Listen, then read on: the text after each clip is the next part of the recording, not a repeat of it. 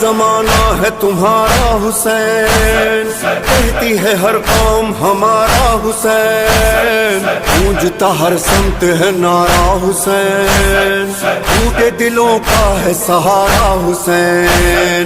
مولا تیرا نام سدا زندہ رہے گا، مولا تیرا کام سدا زندہ رہے گا، ہم رہے نہ رہے یہ صدا زندہ رہے۔ سلام علیکہ یا ابا عبداللہ، سلام علیکہ یا ابا عبداللہ۔ اعوذ باللہ من الشیطان الرجیم، بسم اللہ الرحمن الرحیم۔ الحمد للہ الذی ہدانا لہذا وما كنا لنهتدي لولا أن هدانا الله لقد جاءت رسل ربنا بالحق ثم الصلاة والسلام والتحية والإكرام على النبي الأمي المكي القرشي البتهي الابتهامي مولانا ومولا الثقلين جد الحسن والحسين أبي القاسم محمد وآله الطيبين الطاهرين المعصومين المظلومين المنتجبين المنتخبين۔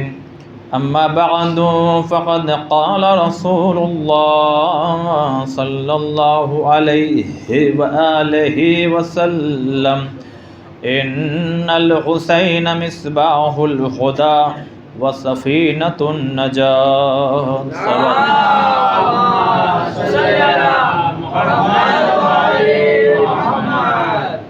عزیزان مظلوم کربلا، اس خداوند عالم کا لاکھ اور کروڑوں احسان کہ جس نے ہم تمام لوگوں کو یہ توفیق عنایت فرمائی کہ ہم لوگ اہل بیت علیہ السلام کا ذکر کرنے کے لیے اکٹھا ہوئے ہیں۔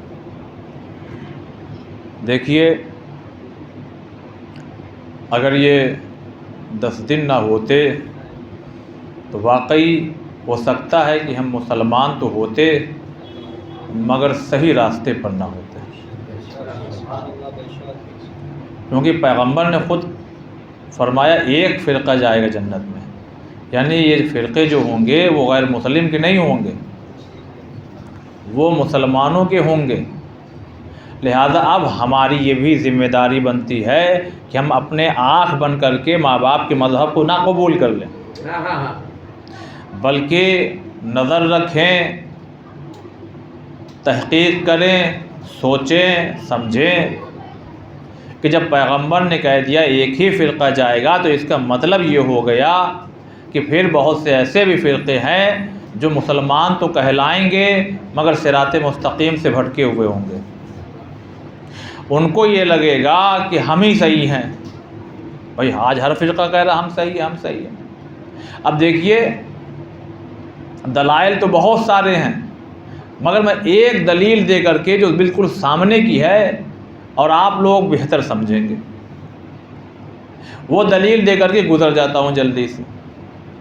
دیکھیے، اگر حق ہے نا تو اس میں کھچاؤ ہوتا ہے، اور اگر باطل ہے تو کنفیوژن ہوتا ہے۔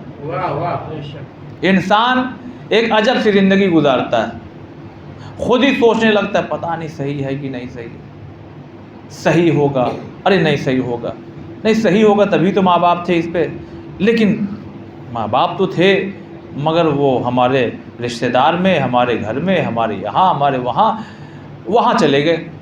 ہوتا ہے کہ نہیں ہوتا؟ بھائی دیکھیے، ایک دلیل میں پیش کرتا ہوں اور گزر جاتا ہوں، بالکل نہ علمی دلیل ہے نہ منطقی، بس سامنے کی دلیل۔ آپ مسلمانوں کے بہت سے فرقوں کو اٹھا کر کے دیکھ لیجئے کہ مسلم جو فرقے ہیں ان میں سے کتنے لوگ کہاں جا رہے ہیں، یعنی اپنا فرقہ چھوڑ کے کہاں جا رہے ہیں۔ تو آپ کو یہ مل جائے گا کہ 90% لوگ اگر کہیں آئے ہیں تو اس در پہ آئے ہیں جہاں حسین رہتے ہیں، جہاں حسین ہے، جہاں اہل بیت کی محبت ہے۔ میں یہ نہیں کہہ رہا ہوں کہ شیعہ جہاں حسین ہیں، جہاں اہل بیت ہیں، اس لیے کہ جن کے دل میں بھی اہل بیت کی محبت ہے وہ بہرحال شیعہ ہیں، وہ حسین کے چاہنے والے۔ لیکن ہاں یہ بہت ریئر کیس ہے کہ کوئی شیعہ مذہب سے کہیں اور چلا گیا ہو۔ بالکل دیکھیے سامنے کی بات ہے، اور آپ پورے گجرات میں چلے جائیے، اس لیے کہ ہمارا جانا ہوا ہوتا ہے، پورے قبیلے، پوری خاندان، پورے قبیلے اور قوم اس طرف آئی۔ کیوں آ گئی بھائی؟ کیا پڑھے لکھے لوگ نہیں ہیں؟ نہیں، جب انہوں نے سمجھا اور سمجھ لیا کہ بس ہاں یہی وہ راستہ ہے اور یہی وہ لوگ ہیں کہ جو حسین پہ روتے روتے جنت کے دروازے تک پہنچ جائیں گے۔ لہذا یہ جو 10 دن ہے نا، یہ 10 دن، اور خاص کر اس 10 دن میں اگر کوئی شیعہ، کوئی اہل بیت کا چاہنے والا اگر کسی بنا پہ کہیں اگر چلا بھی گیا نا، تو یہی 10واں دن ہوتا ہے جو اسے پلٹاتا ہے۔ ایک جوان کا واقعہ بڑا مشہور ہے، آذربائیجان کا تھا یا کہاں کا تھا، اہل بیت کا چاہنے والا تھا۔ جیسے ہمارے سماج میں کیا ہوتا ہے، ہمارے کنٹری سے بہت سے لوگ جاتے ہیں دوسرے ممالک میں پڑھائی کرنے کے لیے، جاب کرنے کے لیے، نوکری کرنے کے لیے، روزی روزگار کے۔ تو وہ جوان بھی گیا اپنے ملک سے دوسرے ملک میں پڑھائی کرنے کے سلسلے سے۔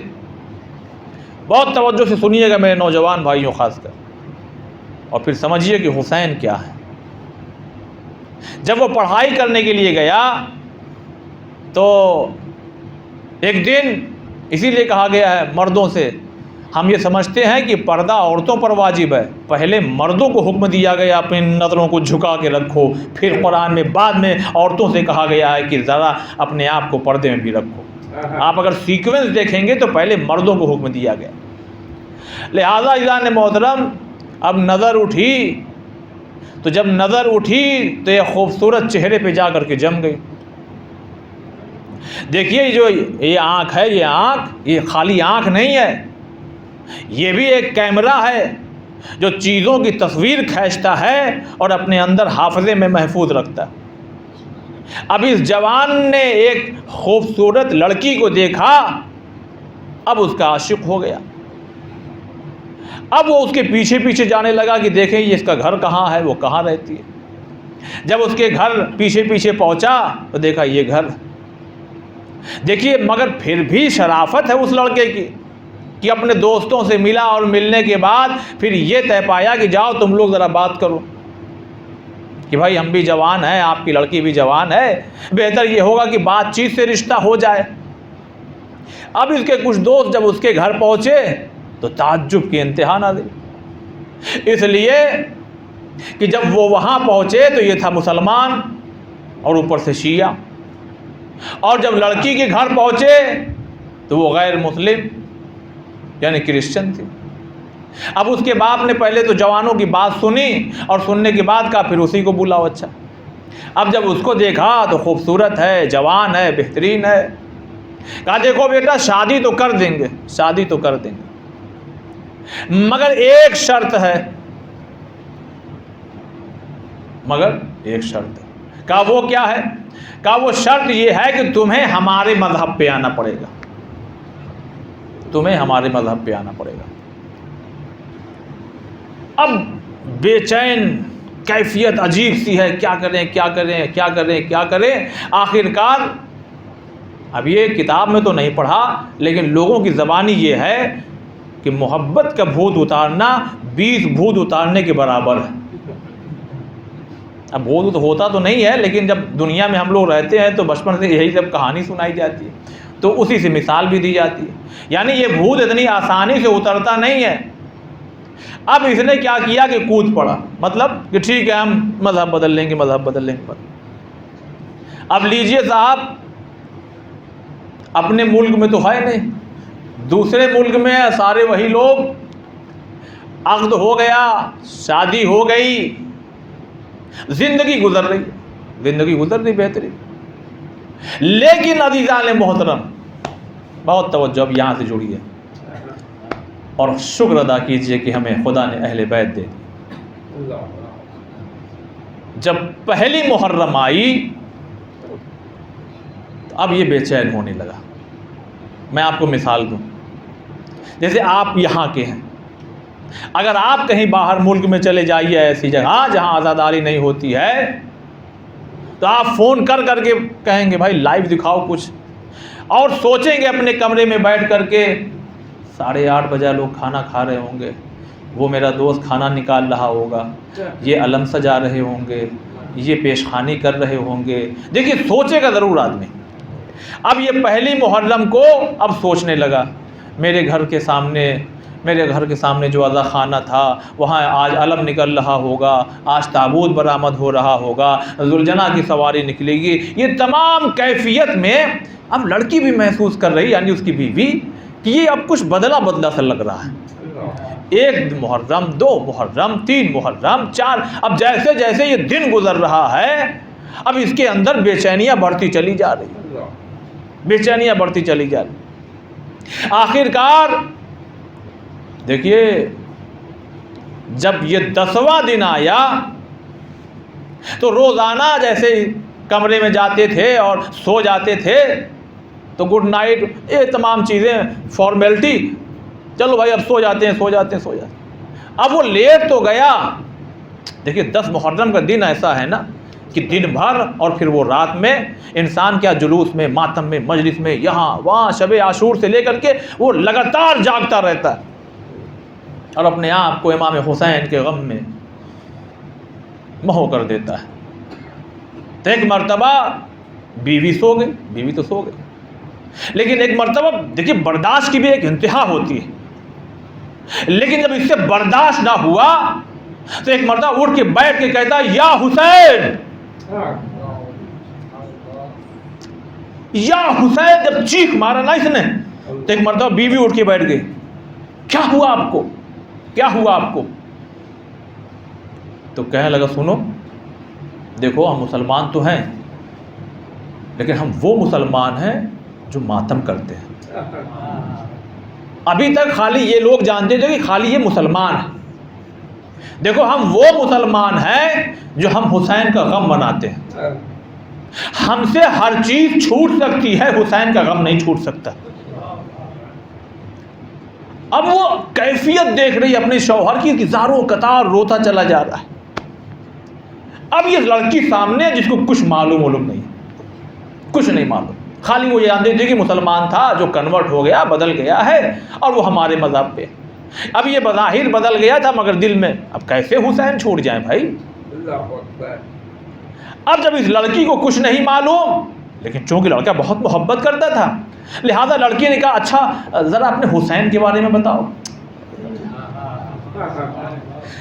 دیکھیے مجلس ضروری نہیں ہو کہ 50-25 لوگوں کا مجمع ہو تو مجلس ہو. اب ایک کمرہ ہے، ایک خطیب جو شوہر بن گیا اور اس کی زوجہ عزادار بن گئی. اب اس نے جو مجلس میں سنا تھا، جوان تھا نا، اب اتنے ڈیپلی اسٹڈی تو ہوگی نہیں اس کی. اب اس نے جو بھی مجلس میں سنا تھا جب وہ بیان کرنے لگا تو ایک مرتبہ اس نے دیکھا کہ بیوی بھی رو رہی. اہل بیت نے اسی لیے کہا کہ ہماری باتوں کو تم دوسروں تک پہنچا دو، اس میں اتنی جاذبیت ہے کہ وہ لوگوں کے دلوں میں اثر کر جائے گی. اس میں ہم اپنی بات اور یہ وہ سب نہ جوڑ جاڑیں، زیادہ سمجھانے کے لیے سمجھائیں مگر میرا دل کہتا ہے اور میں یہ کرتا ہوں اور یہ سب چیز اہل بیت کی بات پہنچائی. اس کے یعنی لڑکے نے دیکھا کہ وہ اس کی بیوی رو رہی. کہا تم کیوں رو رہی ہو؟ کہا جو تم باتیں بتا رہے ہو اس کو سن کر کے میرا بھی دل پگھل رہا ہے.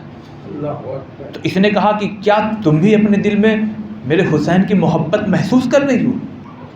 تو اس نے کہا ہاں ہم محسوس کر رہے ہیں. کہا دیکھو تم نے جو مانگا ہم نے دے دیا. تمہاری وجہ سے میں نے اپنا گھر چھوڑا، اپنا دیش چھوڑا، اپنی فیملی چھوڑی، اپنے ماں باپ چھوڑے، اپنے بھائی بہن چھوڑے. آج میں تم سے کچھ مانگتا ہوں، انکار مت کرنا. کہنے لگی ہاں بتائیے کیا ہوا. کہا دیکھو میں نے ظاہراً تو کہہ دیا مگر میرے دل میں حسین ہے، میرے دل میں حسین. میں وہ مسلمان ہوں چاہے جو ہو جائے، میں حسین کو نہیں چھوڑ سکتا۔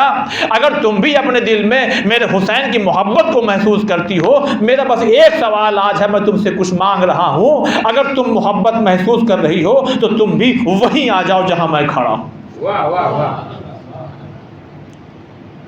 اب وہ بھی جوان تھے، زیادہ تعصب و اس کے دل میں تھا نہیں، لہذا اس نے کہا ٹھیک ہے ٹھیک ہے۔ اب اس نے سب اس کو سمجھانا شروع کیا کہ دیکھو مولائے کائنات کیا ہے، مولا حسین کیا ہے، اور کربلا کیا ہے، یہ تمام چیزیں۔ اب اس کے بھی دل میں عشق بڑھتا گیا بڑھتا گیا بڑھتا گیا۔ ایک مرتبہ اس کے شوہر نے یعنی جوان نے کہا کہ دیکھو ہم کب تک اس طرح سے چوری چھپ کے، یعنی بھائی پورا خاندان لڑکی کا ہے، وہاں ہر رسم و رواج، چرچ میں جانا، یہ وہ، لیکن اب جو ہو رہا وہ سب فارمیلٹی ہو رہی ہے، لیکن جب یہ کمرے میں آتے ہیں تو پھر کربلا کربلا کربلا۔ اب اس کے شوہر نے ایک جملہ کہا سنو، یہ ہم لوگ کب تک چھپ کے اس طرح سے کرتے رہے، کب تک اپنے دل میں اس غم کو دبائے رہے؟ ایک کام کرو، اگر تم تیار ہو جاؤ تو ہم لوگ کسی دن چپکے سے یہاں سے نکل جاتے ہیں اور جا کر کے اسی حسین کے کربلا میں بس جاتے ہیں۔ تو بیوی تیار ہو گئی، کہا ٹھیک ٹھیک۔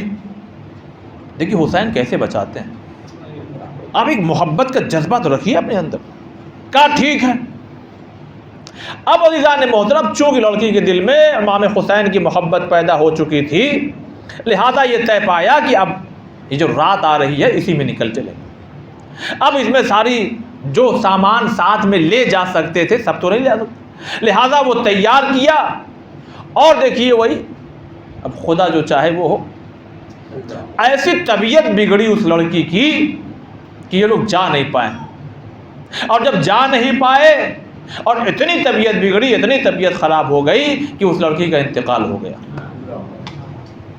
اب یہ بتائیے کہ یہ جوان کیسے کہے اس کے باپ سے، اس کے گھر والوں سے، اس کے بھائیوں سے، اس کے چچا سے کہ یہ اب اس مذہب پہ نہیں ہے جس مذہب پہ تم لوگ ہو، یہ تو شریعت محمدی پر ہے، اب مسلمان ہو چکی ہے، شیعہ اتنا شریع ہے، اب یہ کیسے کہے؟ کچھ نہیں کر سکا، اتنا مجبور ہو گیا کچھ کر نہیں سکا۔ لہذا ان کی رسم و رواج کے مطابق زیور اوور پہنا ونا کر کے، بہترین لباس پہنا کر کے، جس طرح سے عیسائی حضرات دفن کرتے ہیں، لے آ کر کے دفن کر دیا۔ اب یہ تڑپ رہا کہ ارے غسل دینا تھا، کفن پہنانا تھا، حنوط، یہ ساری ذمہ داریاں جو سب جانتا تھا جوان، مگر وہ کچھ نہیں کر سکا۔ لہذا ایک مرتبہ رات کا انتظار کرنے لگا، کہا نہیں ایسا نہیں ہو سکتا، مسلمان ہے لہذا لازم ہے کہ اس کو غسل دیا جائے، کم سے کم کفن تو پہنایا جائے، جو ہم کر سکتے کم سے کم وہ تو کریں۔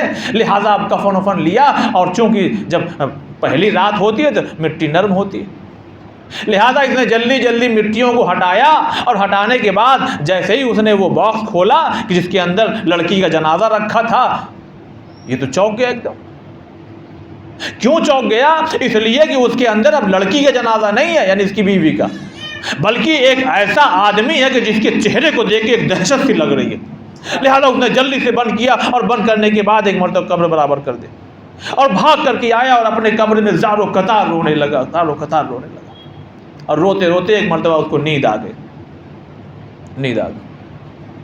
روتے روتے اس کو نیند آ گئی۔ جب نیند آئی تو اس نے خواب کے عالم میں دیکھا امام ہیں، ہماری جان قربان کیوں رو رہے ہو؟ مولا ہماری زوجہ آپ کا عشق رکھتی تھی دل میں۔ کہا پھر؟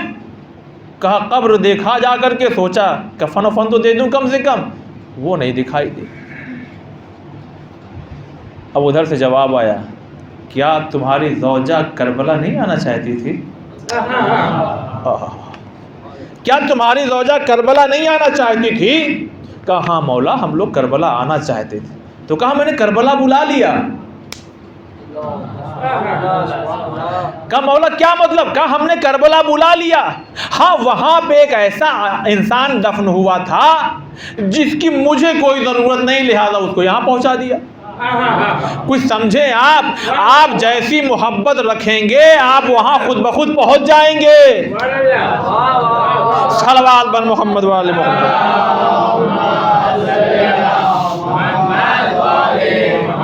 سنیے اب یہیں سے بہت.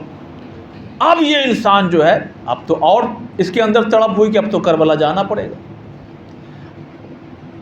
پہلے زمانے کی بات، آج کا دور تھوڑی ہے کہ ہر 4 گھنٹے 2 گھنٹے پہ لاش آ رہی ہے، یعنی جنازے آ رہے ہیں. اب یہ کربلا پہنچا بہرحال، اور پتہ کیا کہ وہ قبرستان کہاں ہے جو خواب میں بتایا گیا. اب جب وہ پہنچا قبرستان تو جو وہاں کا انچارج تھا، جو مین آدمی تھا، اس سے ملاقات. کہا دیکھیے فلاں تاریخ کو نوٹ کر کے، فلاں تاریخ کو فلاں وقت کوئی جنازہ آیا تھا. اب اس نے چیک کیا، ہاں آیا ہے فلاں ابن فلاں. کہا اس کی قبر کھودیے، اس میں میری زوجہ کا جنازہ ہے. کہا عجیب بات کر رہے ہیں. کہا نہیں، میں نے خواب دیکھا ہے. اب چونکہ وہ بھی اہل بیت کا چاہنے والا تھا، اس نے جب امام حسین کی بات کہی کہ میں نے خواب دیکھا اور یہ بات بتائی گئی ہے، تو اس نے کہا ایک کام یہ کرو، دن میں تو نہیں کر سکتے. مان گیا، وہ مان گیا، دن میں تو نہیں کر سکتے، مگر ہاں جب رات ہو جائے تو ہم قبر کھودیں گے، ہم قبر کھودیں گے. لہذا اس نے بھی کیونکہ غسل اور کفن کا اہتمام کرنا تھا، 3-4 عورتوں کا انتظام کر لیا. 3-4 عورتوں کا انتظام کیا یقین کے ساتھ، اس لیے کہ بھائی اگر یہ جو انچارج آدمی مین ہے، اس کو اگر یقین نہیں ہے تو اس جوان کو تو 100% یقین ہے نا کہ اس نے دیکھا موچ والے آدمی کو. بھائی قبر بیوی کی ہے، یہ آدمی کہاں سے آ گیا، اور اوپر سے خواب میں بھی بتا دیا گیا. لہذا اس نے 3-4 عورتوں کا انتظام کیا رات میں. اب جلدی جلدی مٹی ہٹائی گئی، قبر کھودی گئی. اب جیسے ہی تختہ ہٹایا گیا تو کیا دیکھا، وہ آدمی کا لاش نہیں بلکہ اس کی زوجہ یہاں پر ہے. بس یہیں پر ایک جملہ میں کہنا چاہتا ہوں، اے عزادارو، خدا کا شکر ادا کرو کہ ہمیں حسین مل گئے ہیں. یہ 10 دن نہیں ہے، یہ 10 دن ایسا دن ہے کہ ہمیں صراط مستقیم پہ سال بھر شیطان کبھی ادھر دھکا دیتا ہے، کبھی ادھر دھکا دیتا ہے، کبھی ادھر دھکا دیتا ہے. اگر ہمارا قدم ذرا سا لڑکھڑا بھی جاتا ہے، یہ 10 دن ایسا آتا ہے کہ ہمیں واپس صراط مستقیم پہ گامزن کر دیتا ہے.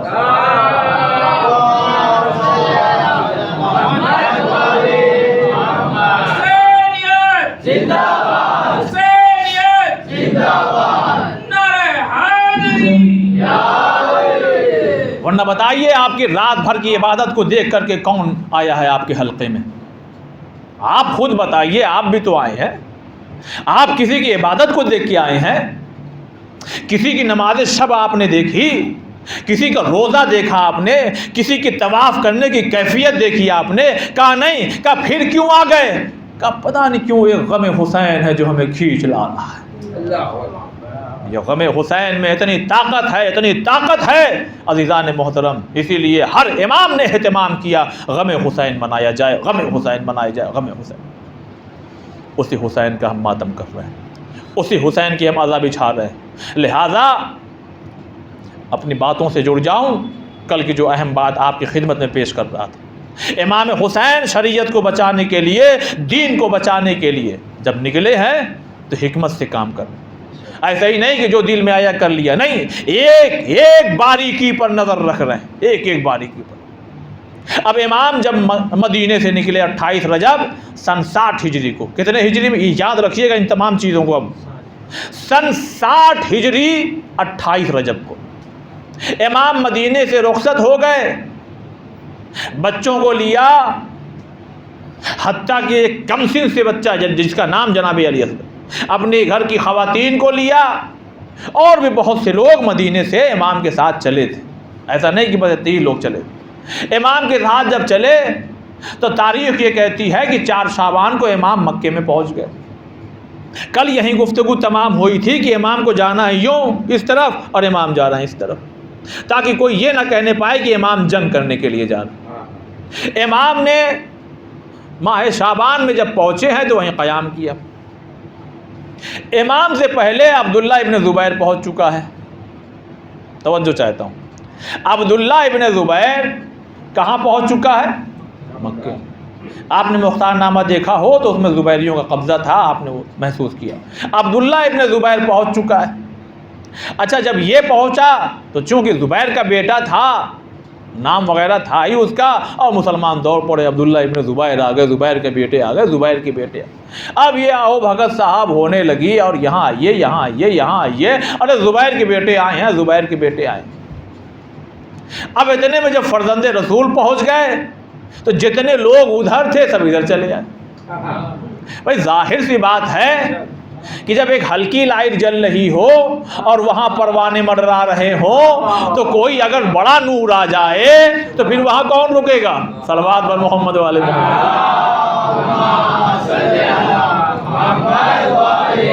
لیکن میں پھر کہہ رہا ہوں ہسٹری کو بہت ہی انٹرسٹنگ بنا کر کے پیش کرنا ہے، تب جا کر کے دلوں میں محفوظ ہوگا۔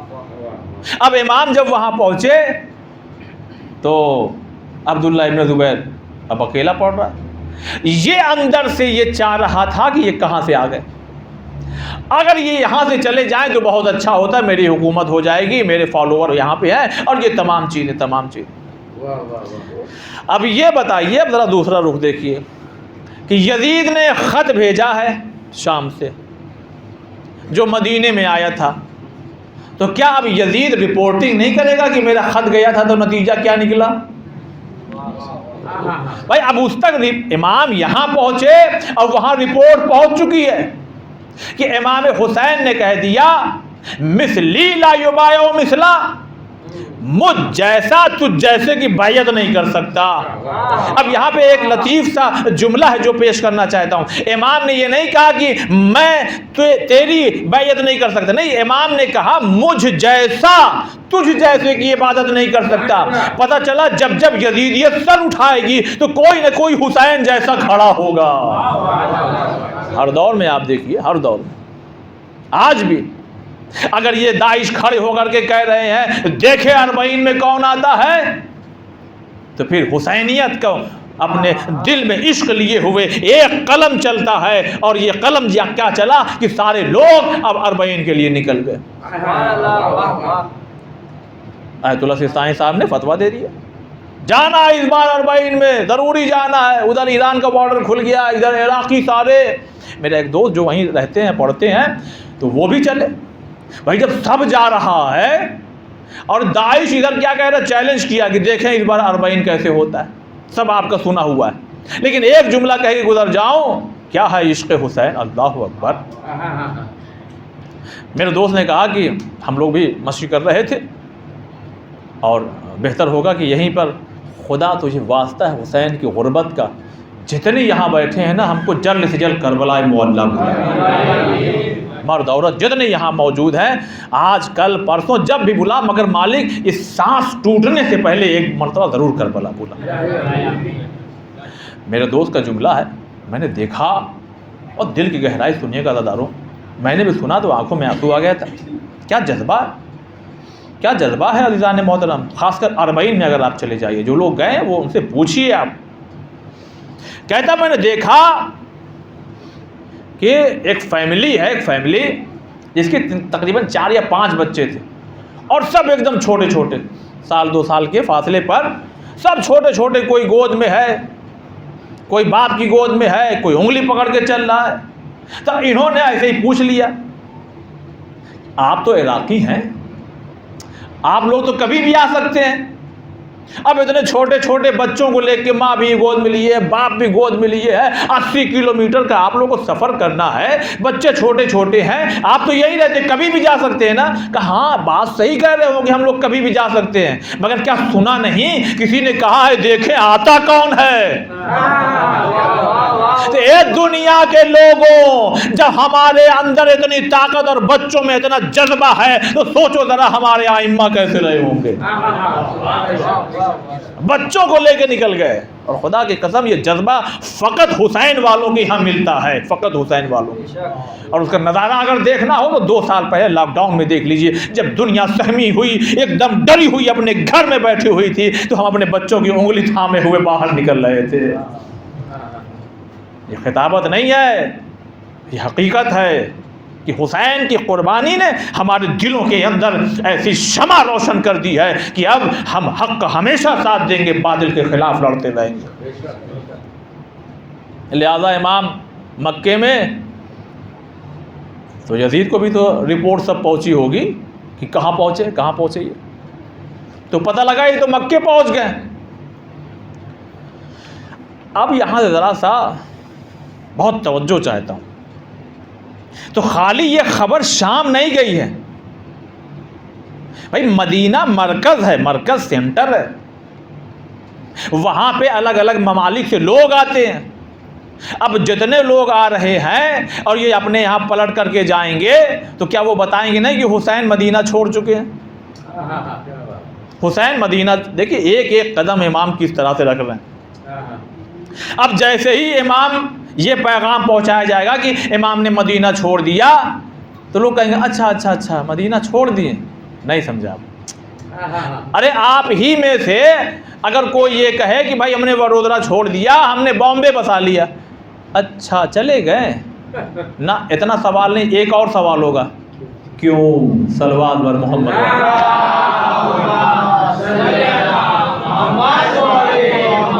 اب امام کا قدم دیکھیے، ایک ایک قدم. اب یہ کیوں نہیں ہے، بلکہ اب یہ پوری داستان ہے جو امام چاہتے ہی ہیں کہ لوگوں کے ذہنوں تک اپنے آپ پہنچ جائے. کہ حسین جیسا، یزید جیسے کی بیعت کرے. لہذا بیعت نہیں کی مگر وطن چھوڑ دیا، گھر چھوڑ دیا، سب چھوڑ دیا. کہا مگر اب پھر ایک سوال ہوگا، یزید کیوں نے بیعت کی؟ اب جتنی اس کی خباثت ہے وہ سب نکل کر کے لوگوں کے سامنے آئی کہ یزید میں یہ خرابی، یزید میں یہ خرابی، یزید میں یہ خرابی، یزید میں یہ خرابی. لہذا امام حسین نے بیعت نہیں کی اور انہوں نے گھر اور یہ تمام چیزیں چھوڑ دی. اب جب یزید کو خبر پہنچی، اب یہاں سے دیکھیے گا، میں ذرا سا روک رہا ہوں جان بوجھ کر کے، اس لیے کہ جو باتیں آپ سن چکے ہیں انہی میں سے موتیاں نکالنا ہے تاکہ آپ تک پہنچاؤں، خاص کر جوانوں. ہم کیا سنتے ہیں؟ احرام پہنے ہوئے قاتل اپنے خنجر لے کے گھوم رہے تھے. تو یہ کہاں سے آئے تھے؟ یہ کہاں سے آئے تھے؟ یہ شام سے آئے تھے. یہ شام سے آئے تھے اور حج کا زمانہ قریب آ گیا تھا، لہذا احرام پہنے ہوئے، خنجر چھپائے ہوئے آ کر کے یہ اس یعنی طاق میں تھے کہ کب موقع مل جائے اور کب حملہ کر دے. یزید کوئی معمولی آدمی نہیں، میں تعریف نہیں کر رہا ہوں، لیکن اس کا بھی کارنامہ آپ سنیے. کوئی معمولی آدمی نہیں ہے. ارے یہیں سے اندازہ لگائیے کہ اس کے دربار میں کسی نے خالی چوں کر دیا کہ کیوں حسین کا قتل کر دیا تم نے، تو اس کو وہیں قتل کر دیا گیا. بہت خطرناک تھا، اپنے باپ سے بھی آگے تھا یہ. لہذا اس نے کیا کیا؟ اب یہ دیکھیے آپ، اس نے ایک گروہ بلایا اور بلانے کے بعد کہا کہ دیکھو تم لوگوں کو جانا ہے کربلا، مکے میں، اور مکے میں جاؤ اور جہاں موقع ملے حسین ابن علی کو قتل کر دو. اب یہ ایک گروہ چلا گیا. اس نے دوسرے گروہ کو بلایا. جب دوسرا گروہ آیا، کہا یہ جتنے لوگ گئے ان کو دیکھا تم نے؟ کہا ہم نے دیکھ لیا، فلاں ابن فلاں، فلاں ابن فلاں، فلاں. کہا یہ جتنے گئے ہیں تم ان کے پیچھے پیچھے جاؤ، یہ جیسے ہی حملہ کریں تم لوگ ان پر حملہ کر دینا. دیکھیے واقعی اگر یہ سب بھی سیکھنا ہو تو آپ کو ہسٹری میں اترنا پڑے گا. یہ جو ہم لوگ یزید کہتے ہیں، یزید مرد آباد، یزید مرد آباد، یزید اتنا معمولی نہیں تھا. یزید مرد آباد، یزید مرد آباد، یزید کوئی ایسا بونا نہیں تھا. اس کو اگر بونا بنایا ہے کسی نے تو سید سجاد اور زینب کے خطبوں نے بنایا ہے. صلوات بر محمد و آل محمد.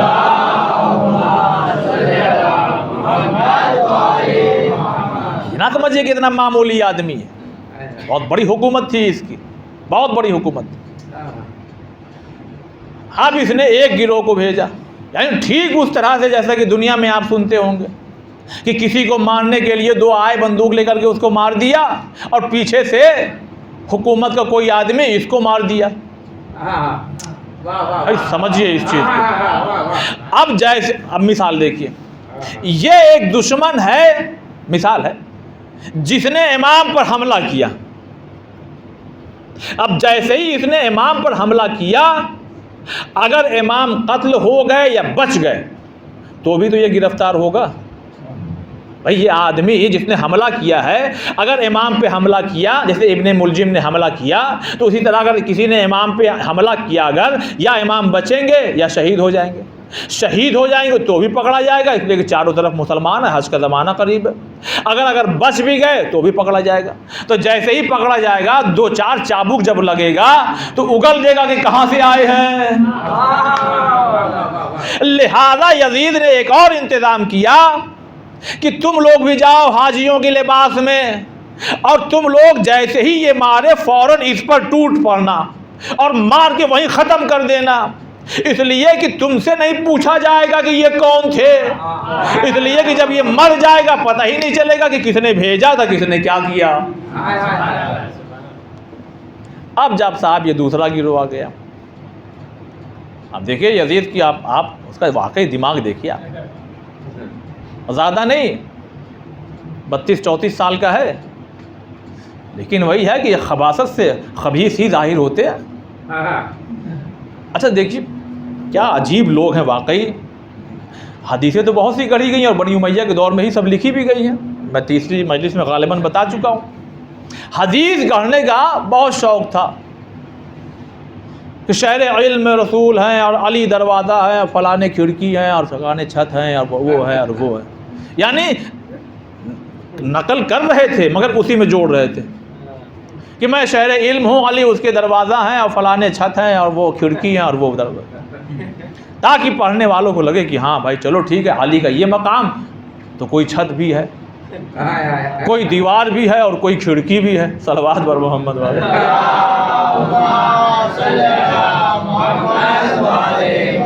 تو خوب حدیثیں گڑھی گئیں، خوب آپ سنا کرتے ہیں.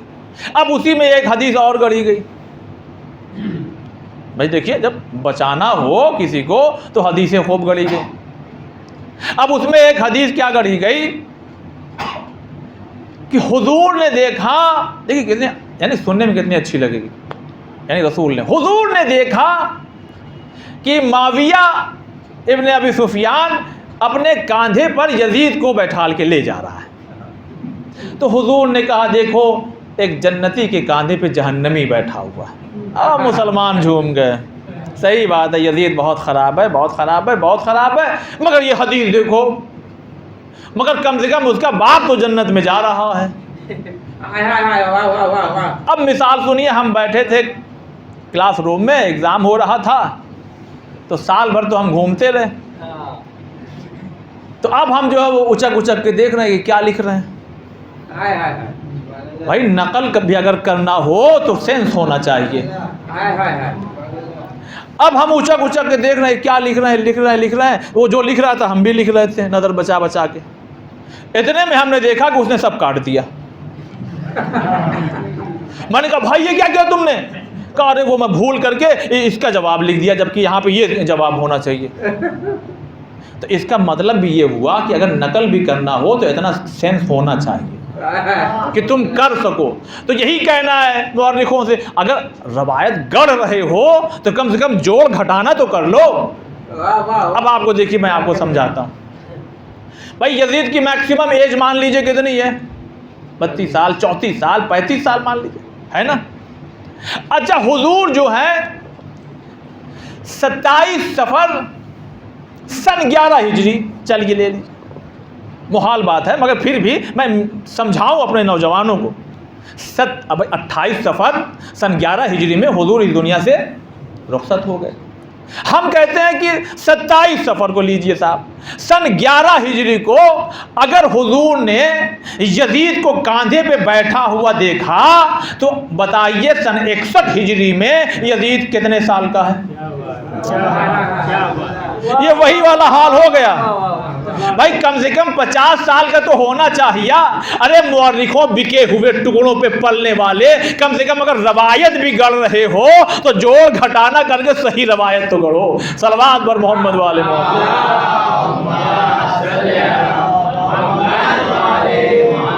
اب جو یہ مسلمان کہتا ہے ہماری کتابیں صحیح، تو ہم نے کہا صاحب ایسی جب غلط روایتیں ملیں گی تو ہم کس کو صحیح مانیں؟ ایک اور صلوات پڑھیں بر محمد والے. بالکل سامنے کی بات ہے، ذرا اس کو محسوس کرے.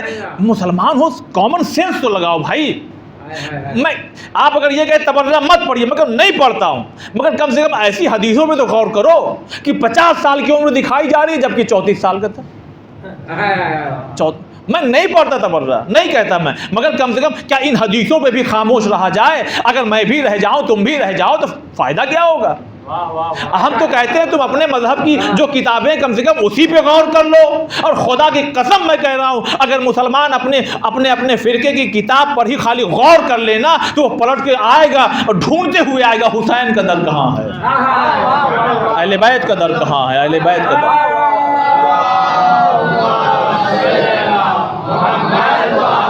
وہ آئے گا حیدری، وہ آئے گا، پریشان ہو کر کے آئے گا، اس لیے کہ اس کو لاجک نہیں ملے گا، اس کو ریزن نہیں ملے گا، کیوں کا جواب ہی نہیں ملے گا اس کو. اب بتائیے اس کیوں کا جواب ہے کہیں کسی کے پاس، کسی انسان کے پاس؟ کہ بھائی جب وہ 50 سال اس لحاظ سے دکھ رہا ہے اور ہر کتاب میں 34 سال 34 سال 34 سال، تو یہ بتائیے یہ 16 سال کا کہاں گیا معاملہ؟ اب اس کیوں کا کہیں جواب ہے؟ تو جب اس کیوں کا جواب کہیں نہیں ملے گا تو در اہل بیت پہ واپس آنا پڑے گا. لہذا یزید نے کیا کیا کہ ایک گروہ کو بھیجا، دیکھیے اس کا دماغ، اب دوسرے گروہ کو بھیجا کہ جیسے یہ حملہ کرے تم ان پر ٹوٹ پڑنا، مار دینا وہ، اور کہنا کہ ارے غیرت کیسے گوارا کرتی، میرے سامنے حسین کو مار دیا اس نے، لہذا میں نے بھی نہیں چھوڑا. تمہاری لوگ تعریف کریں گے، تمہارا نام بڑے بڑے اچھروں میں تاریخ کی کتابوں میں لکھا جائے گا کہ جب امام حسین پر حملہ ہوا یہی وہ شخص تھا جس نے اس دشمن کو مار کے وہیں ختم کر دیا، اور یہ بہت چاہنے والا تھا. یہ تمہارا نام ہوگا، نام ہوگا، تمہاری کتابیں لکھی جائیں گی، تمہارا قبیلہ بڑا ہوگا. اب آپ ذرا سوچیے صحیح یار، دماغ، ہر چیز کتاب میں لکھی نہیں ہوتی. جب یہ گروہ آگے بڑھا تو یزید نے ایک اور گروہ کو بلایا، اس لیے کہ یزید یہ کہہ رہا تھا کوئی نبی بھی نہیں ہے، یعنی اس کی زبان میں کہہ رہا ہوں، کوئی نبی بھی نہیں ہے، کوئی قرآن وغیرہ نہیں ہے، یہ تو بنی ہاشم کا سر ڈھونگ ہے. میرا دل چاہتا ہے میں تو خانہ کعبہ کے اوپر بیٹھ کے شراب پیوں. یہ یزید کے جملے ہیں. اور پھر مسلمان کہتا ہے رضی اللہ، تو پھر ہمیں مجبوراً یہ کہنا پڑتا ہے، تو پھر ہم ہر رضی اللہ کو چیک کریں گے کہیں کہیں یزید تو نہیں بیٹھا. صلوات بر محمد والے.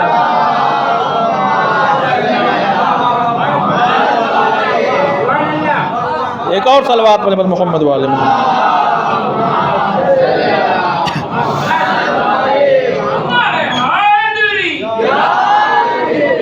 تو بھائی پھر ہم یزید، جب تم یزید جیسے کو اگر تم رضی اللہ کہو گے تو پھر تو ہم سب رضی اللہ کو چیک کریں گے کہیں کسی کے اندر یزید جیسا کچھ مادہ تو نہیں پایا جاتا. اب اس نے ایک گروہ کو اور بلایا، کہا دیکھو، اور اس نے خاص لوگوں کو بلایا، ٹھیک ٹھاک داڑھی اوڑھی ہو، گٹھے کی نشان وشان ہو، ایک ہاتھ میں تسبیح لے لینا اور ایک ہاتھ میں قرآن لے لینا.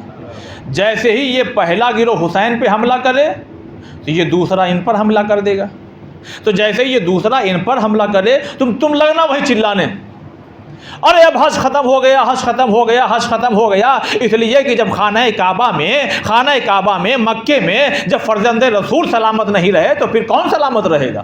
اب تم تسبیح اور قرآن لے کر کے چلانا اب حج ختم ہو گیا، حج ختم ہو گیا، حج ختم ہو گیا.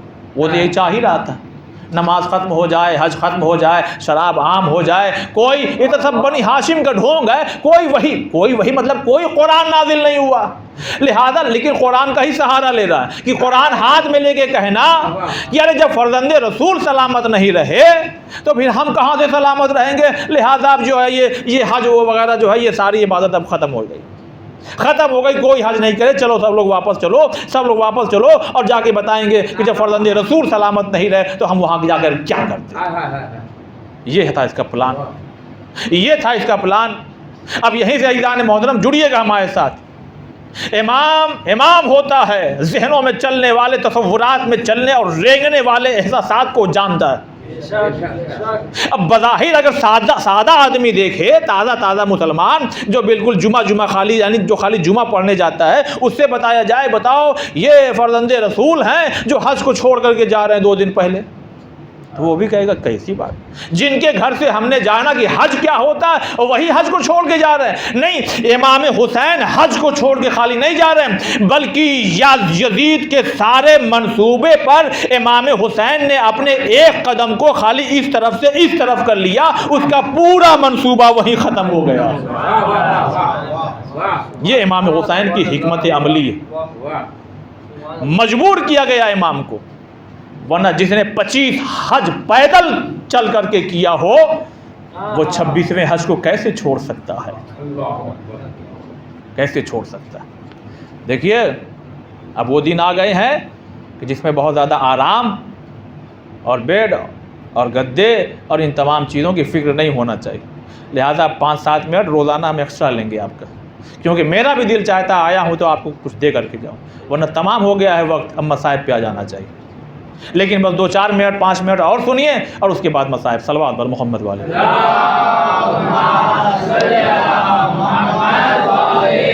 اور میں پھر کہہ رہا ہوں, جتنی چیزیں آپ حضرات سنے ہیں میں سب کی بات نہیں کر رہا ہوں, لیکن جو اکثریت ہے میں چاہ رہا ہوں کہ ان کو وہ باتیں نکال کے دوں جو ہم لوگ کم سنتے ہیں.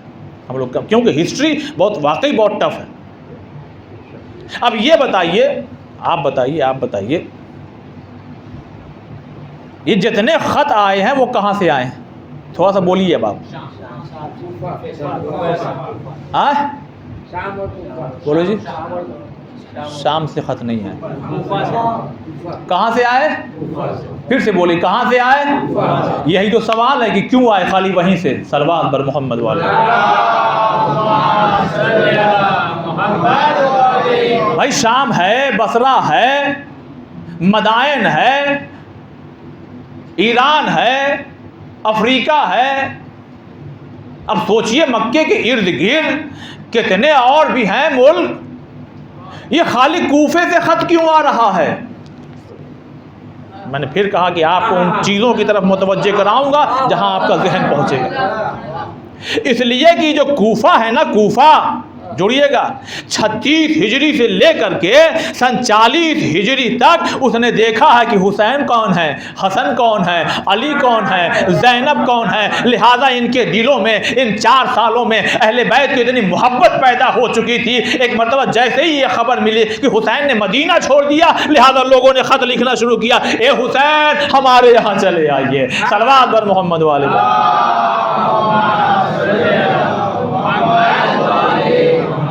یہ وجہ ہے, یہ وجہ ہے. آئے ہوں گے اور بھی, بصرہ سے خط آیا, ادھر آیا ہوگا خط, مگر جتنے خط آئے ہیں وہ کہاں سے آئے ہیں؟ زیادہ تر کوفہ سے. آپ دیکھیے 2 دن پہلے ہم نے کیا کہا تھا جب امام کو زیارت عاشوراء کے مسئلے میں کہ ہم نے سلام کیا تو فوراً بھائی نے جواب دیا, فوراً بھائی نے جواب دیا. اب آپ مثال سنیے کہ کیونکہ ایڈوانس زمانہ ہے, پہلے زمانے میں خط لکھا جائے تو جواب دیا جائے. اب ہم آپ کو ٹیکسٹ میسج کر رہے ہیں, یہ بتاؤ بھائی 6 بجے فری ہو کہ نہیں ہو, میں تمہارے یہاں آ رہا ہوں. سین بھی ہو گیا, دیکھ بھی لیا, کوئی جواب نہیں. میں نے ہو سکتا ہے بھائی مصروف ہو. پھر ہم نے بھائی دیکھو 6 بجے جو ہے میں بہت سخت ضرورت میں ہوں, اور اگر یہ 6 بجے ملاقات نہیں ہوئے تو میں ہلاک ہو جاؤں گا, مر جاؤں گا, یہ ہو جاؤں گا, وہ ہو جاؤں گا. انہوں نے پھر دیکھا, کوئی جواب نہیں.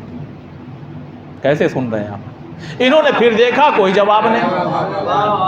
یہ جو بتائی جاتی ہے کہ اب بتایا جاتا ہے کہ 18,000 خطوط آئے یا 12,000 خطوط آئے, تو اے مولا آپ نے ہی ہمیں سکھایا ہے کہ جیسے سلام کوئی کرے تو جواب دینا چاہیے, ویسے کوئی خط لکھے تو پلٹ کے جواب دینا چاہیے. یہ آپ ہم کو سکھا رہے ہیں اور آپ پلٹ کر کے جواب نہیں دے رہے ہیں. مولا کیا ہے؟ کہا ادھر آؤ, تصورات میں سمجھانے کے لیے ادھر آؤ. کیا؟ میں نے کہا خط اٹھاؤ, پڑھو. جی کیا لکھا ہے؟ کھیتیاں لہلہا رہی ہیں, تلواریں چمک رہی ہیں, دریا بہ رہے ہیں, آئیے فرزند رسول آئیے ہمارے یہاں آئیے, کھیتیاں لہلہا رہی ہیں, پھل پکنے والے ہیں, اور یہ وہ. میں نے کہا تو جواب تو دیجئے, جواب دے دیجئے. کہا نہیں سمجھے تم, نہیں سمجھے. ارے یہ ہم کو بلا رہے ہیں کہ کھیتیاں تیار ہو گئی, گیہوں چاول, نہریں جاری ہیں, پھل تیار ہو گئے ہیں. ارے ہم ہادی ہیں, ہادی, ہم کو کھانا پینا سب ہمارے پاس ہے, ہم ان کے بھوکے نہیں ہیں. امام یہ سمجھا رہا ہے. امام یہ سمجھا رہے ہیں. لیکن جب ایک خط ایسا بھی آیا, یعنی اور خطوط ایسے آئے جب جواب نہیں آیا, تو وہ لوگ بھی ارے جواب نہیں آ رہا, پھر خط لکھو جواب نہیں آ رہا. اب ایک خط ایسا بھی آیا کہ جس کا انداز بدلا ہوا. وہ انداز کیا ہے؟ اے فرزند رسول, کوفے میں ایسی ایسی حکومت ہے اور ایسے لوگوں کا قبضہ ہے اور ایسے لوگ ٹہل رہے ہیں یہاں پر. اگر آپ نہیں آئے اور اگر ہم گمراہ ہو گئے, سنیے گا, اگر ہم گمراہ ہو گئے تو ہم محشر میں ہم آپ کے نانا رسول خدا سے فریاد کریں گے اور شکایت کریں گے. اللہ اکبر. اب جب انہوں نے ہدایت کی طلب ظاہر کی تو امام حسین نے کہا کہ اب جواب دینا ضروری ہے. صلوات بر محمد والے.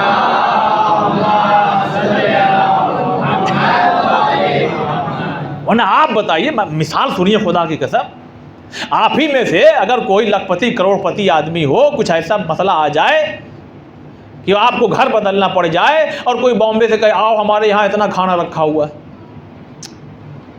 آؤ ہمارے یہاں پانی اتنا رکھا ہوا ہے, آؤ ہمارے یہاں دیکھو ہمارے یہاں سمندر بہتا ہے اور دیکھو یہاں پر ہم ایک دم وہاں رہتے ہیں, تو یہ پڑھ کے کیا کہیں گے؟ بھائی ہمارے پاس یہ سب کچھ ہے, ہمارے پاس یہ سب کچھ ہے, جو یہ ضرورت ہے وہ ضرورت پورا کر پاؤ گے؟ اب یہ جو خط آ رہے تھے, پھل تیار ہیں, کھیتیاں لہلہا رہی ہے, سب نہریں بہ رہی ہیں, اللہ نے کہا کیا جواب دیں گا, کیا جواب دیں بتائیے. لیکن جب یہ آیا کہ ہم گمراہ نہ ہو جائیں, ہم صراط مستقیم سے بھٹک نہ جائیں, ہم شکایت کریں گے اگر آپ تشریف نہ لائیں, لہذا امام نے کہا کہ اب ان کے سوال کا جواب دینا ضروری. یہ بتائیے میں تو ایک طالب علم ہوں, آپ اپنے تصور میں کسی بڑے عالم دین کو ذرا رکھیے. اب میں نام کسی کا نہیں لینا چاہتا, لیکن چونکہ یہاں پر تشریف لا چکے ہیں مولانا کلب رشید صاحب, لوگوں نے بتایا لہذا ان کا نام لے لیتا ہوں. آپ نے کیا کہا کہ آپ آئیے صاحب, ہمارے یہاں ایک مجلس پڑھنا, آپ کو کیا پڑھنا ہے؟ آپ کو ہم مجلس پڑھنا آپ کو. اب ان کا فون آ گیا کہ دیکھو ہم تو نہیں آ پائیں گے مگر ہم اپنے جیسا بھیج رہے ہیں. اب یہ جو 5 مجلسیں ہماری شروع کی ہیں, اب نتیجہ دے رہے ہیں. بھائی عقیل, کوئی ایک ایسا قبیلہ بتائیے, گویا علی اپنے بھائی عقیل کو جھجھوڑ رہے تھے, اے عقیل ہم کربلا کی تیاری کر رہے ہیں. خدا کی قسم عقیل نے ایسی تیاری کی کہ اپنے بیٹے کو ایسا پالا کہ حسین کہہ رہے ہم اپنے جیسا بھیج رہے ہیں. صلوات بر محمد والے.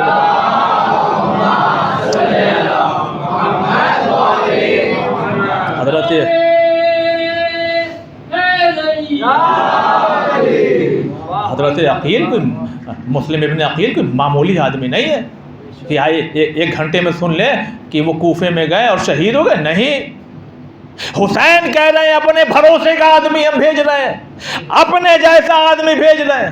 اب سنیے گا ذرا جاگ کر کے, اور آپ کے دلوں میں یہ ہے کہ فضائل سن کے وجدانی کیفیت طاری ہوتی ہے, تو میں ایک جملہ پیش کروں جو 10 مجلسیں پڑھوں تو شاید جناب مسلم کے لیے اس سے بڑا جملہ نہ ہو. میں اپنے بھروسے کا آدمی بھیج رہا ہوں. نہیں توجہ دے رہے ہیں آپ. ارے اللہ کے بھروسے کو حسین کہتے ہیں, حسین کے بھروسے کو مسلم کہتے ہیں. حسین کے بھروسے کو مسلم کہتے ہیں. اپنے ارے اسٹریچر پہ پڑا ہوا وہ مریض اور فون آ گیا ڈاکٹر کا, میں نہیں آ پاؤں گا, تو کہا جائے گا پھر اپنے ہی جیسا بھیجیے گا.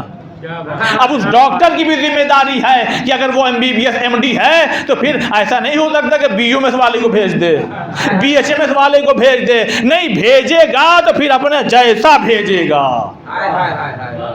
اب جناب مسلم شہادہ معصومین کی فہرست میں نہیں ہے, مگر یہی شان ان کے لیے کافی ہے. حسین کہہ رہے میں اپنے جیسا بھیج رہا ہوں. صلوات بر محمد والے.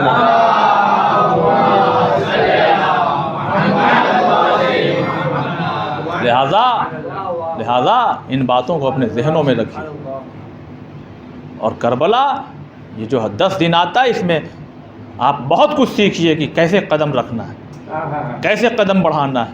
سب سکھا دیا گیا. کربلا یہ 10 گھنٹے کی جنگ نہیں ہے, بلکہ ایک یونیورسٹی ہے کہ اسی لیے ہمارے یہاں اسکولوں میں چوتھے جو کلاس میں ہیں ان کی ایج بالکل ملتی جلتی، 10ویں کلاس والے بالکل ایج ملتی جلتی، کہیں ایسی کلاس نہیں دکھائی دے گی جیسی یہاں دکھائی دیتی ہے۔ یہ معجزہ ہے اس 10 گھنٹے کی جنگ کا کہ یہاں پر بچہ بھی آئے گا تو وہ بھی علم لے کر کے جائے گا، جوان بھی آئے گا وہ بھی علم لے کے جائے گا، ادھیڑ بھی آئے گا وہ بھی علم لے کے جائے گا، بوڑھا بھی آئے گا وہ بھی علم لے کے جائے گا، عورت آئے گی تو وہ بھی علم لے کر کے جائے گا۔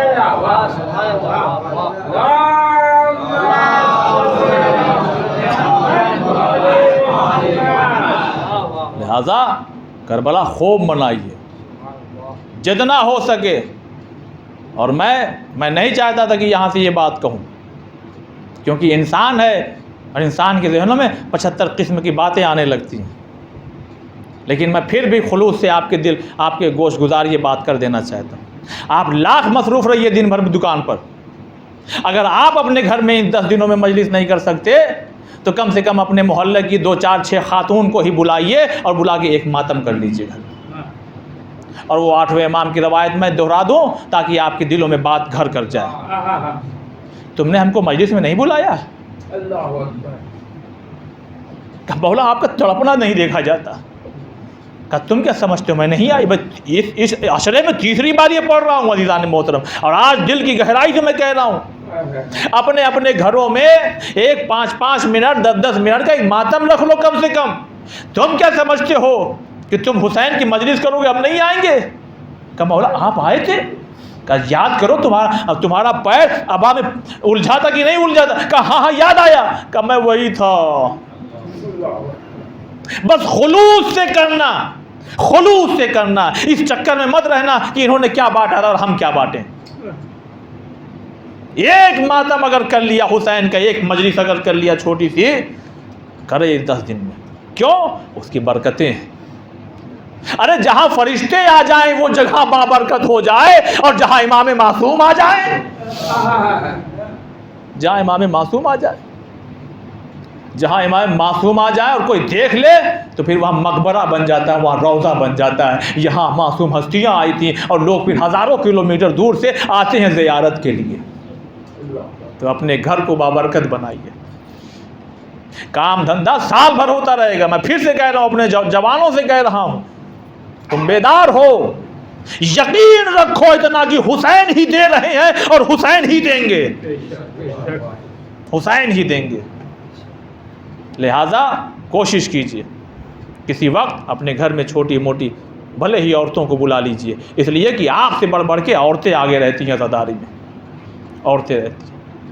اور یہ کربلا میں عورتوں کا حوصلہ دیکھیے، رات بھر اپنے بچوں کو سجایا جا رہا ہے۔ کوئی ماں زلفوں میں زلفیں سنوار رہی ہیں، اکبر کل قربانی کا دن ہے، ایک ماں اپنے دونوں بچوں کو سامنے بیٹھال کر کے، اونو محمد کل میرے بھیا پہ قربان ہو جانا۔ ایک ماں اور ہے جو روتی جا رہی ہے، گریا کرتی جا رہی ہے، اور کہہ رہی ہے اے میرے لال دیکھو میں بیوہ ہوں، اے میرے لال دیکھو میں بیوہ ہوں اور تم بہت کمسین ہو، تم 13 سال کے ہو، لیکن اے میرے لال تمہیں جنگ کے ہنر عباس نے سکھائے ہیں۔ اے میرے لال کل تم بھی قربان ہو جانا، اور کوشش کرنا علی اکبر سے پہلے مقتل میں پہنچنا، اور کوشش کرنا اون محمد سے پہلے، اکبر سے پہلے مقتل میں پہنچ جانا۔ لیجیے اللہ نے مظلوم کربلا، ارے کون قاسم؟ وہ قاسم کہ جب 2.5 سال کے ہیں تو ایک مرتبہ ماں نے اٹھایا، اس لیے کہ باپ نے کہا لاؤ ذرا قاسم کو میرے سینے پہ لیٹا دو۔ 2.5 سال یا 3 سال کے ہیں، ایک مرتبہ ام فروہ نے اٹھایا اور اٹھا کر کے امام حسن کو دیا، امام حسن نے اپنے سینے پہ لٹایا، اپنے سینے پہ ذرا سا میری ماں بہنیں سن رہی ہیں تو ان کو یہ اندازہ ہوگا، اگر بچہ سو رہا ہو نا، بچہ سو رہا ہو، جب آپ اٹھائیں گے تو تھوڑا سا وہ بے چین ہوگا، لیکن جیسے ہی ماں کی گود پائے گا نا اور گہری نیند میں چلا جائے گا، اور گہری نیند میں چلا جائے گا۔ بس ایک مرتبہ ام فروہ نے جناب قاسم کو لا کے امام حسن کے سینے پر لٹا دیا. بس بچہ تھوڑی ہی دیر میں بے چین ہو کے اٹھ بیٹھا. اماں ارے یہ کون سی گرم جگہ لٹا دیا؟ اس لیے کہ امام حسن کو زہر دیا جا چکا تھا. امام کے جگر کے ٹکڑے کٹ رہے تھے. جزاکم اللہ. نہیں ذرا سا سنیے مصائب پھر میں کربلا میں پہنچتا ہوں. اے ام فروا میری بہنوں کو خبر کون دے گا کہ مجھے زہر دے دیا جا چکا ہے؟ کہا مولا پھر کیا کریں؟ کہا قاسم کو بلاؤ. اے قاسم ادھر آؤ. اے قاسم بہت کم سن سے ہے. اے میرے لال جاؤ ہماری بہن سے کہہ دو کہ ہم کو زہر دے دیا گیا. بس ایک مرتبہ ام فروا فرماتی ہے آقا یہ چھوٹا سا بچہ کیسے کہے گا؟ یہ چھوٹا سا. کہاں تم صحیح کہہ. اے قاسم ذرا ادھر آؤ. بس ایک مرتبہ قاسم کو بلایا اور بلانے کے بعد ایک مرتبہ گریبان چاک کر دیا. کہا فروا ذرا مٹی دینا تھوڑی. بس ام فروا نے تھوڑا سی مٹی دی. بس ایک مرتبہ جناب قاسم کے بالوں پہ چھڑکا. کہا میرے لال جاؤ بس جا کے کھڑے ہو جانا زینب سمجھ جائے گی. جزاکم اللہ. لیجیے عزادار مظلوم کربلا. بس ایک مرتبہ جب قاسم کی یہ حالت دیکھی نا زینب نے چیخ میرا یا اللہ میرے بھیا کی خیر ہو, یا اللہ میرے بھیا کی خیر ہو. جزاکم اللہ. لیجیے عزادار مظلوم کربلا. جب زینب نکلی نا تو کلثوم کو آواز دے رہی تھی, حسین کو آواز دے رہی تھی. ادھر لیجیے عزادار مظلوم کربلا. امام حسین امام حسن کے پاس پہلے پہنچ چکے ہیں. بس اتنے میں کسی نے کہا زینب آ رہی ہے. بس اے عزادارو امام حسین کی طرف اشارہ کیا امام حسن نے. ذرا تشت کو اندر ڈال دو, ذرا تشت کو ہماری نگاہوں سے ہٹا دو. میرے مولا کیوں؟ کہا اس لیے کہ میری بہن ارے 72 ٹکڑے نہیں دیکھ پائے گی. میں کہوں گا اے مولا ارے ذرا کربلا میں آئیے, زینب 72 لاشیں دیکھ رہی ہے.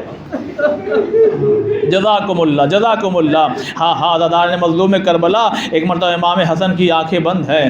آنکھیں کھولی. حسین تم کیوں رو رہے ہو میرے بھائی؟ تم کیوں رو رہے ہو حسین؟ جس دن تم شہید کیے جاؤ گے وہ بڑا سخت دن ہوگا. بس اپنے لال سے وصیت کی اور قاسم کے حوالے ایک چیز کی. لیجیے 61 ہجری آ گئی.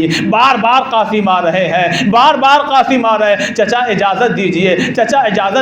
ایک ہی جملہ کہتے تھے ارے تم تو ماں کے جینے کا سہارا ہو میرے قاسم, تم تو ماں کے جینے کا سہارا ہو. جاؤ خیمے میں پلٹ جاؤ. ادھر ام فروا ہے. قاسم تم ابھی تک نہیں گئے؟ دیکھو فلا لاش آ گئی. اے قاسم تم ابھی تک نہیں گئے؟ دیکھو ان کا لاشا آ گیا. کہا ایک مرتبہ اے میری مادر گرامی میں جانا چاہتا ہوں مگر چچا اجازت نہیں دے رہے ہیں. بس ایک مرتبہ علماء فرماتے ہیں کہ جناب قاسم یوں کر کے بیٹھ گئے اور بیٹھ کر کے زار و قطار رونے لگے. ایک مرتبہ سر کو اٹھایا اور خود ہی سے کہنے لگے اب اس سے بڑی مصیبت کا وقت کیا ہوگا. بس ایک مرتبہ بازو سے تعویذ کو کھولا. اب جب تعویذ کو کھولا تو غم کے اس ماحول میں قاسم کے چہرے پہ ایک خوشی کا اظہار تھا دکھائی دیا. بس دوڑے اور دوڑنے کے بعد ایک مرتبہ چچا کے پاس آئے اور آنے کے بعد کہا یہ ذرا دیکھیے کیا ہے. بس امام حسین نے دیکھا ارے بھائی حسن کی تحریر آنکھوں سے لگا لی. قاسم بڑی اچھی سفارش لائے ہو.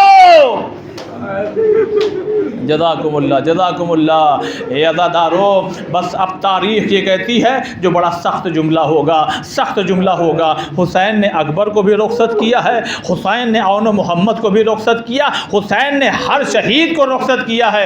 مگر تاریخ کہتی ہے کہ ایک مرتبہ چچا اور بھتیجے گلے ملے ہیں نا تو پھر اس طرح سے روئے کہ دونوں حضرات غش کھا کے زمین کربلا پہ گر گئے.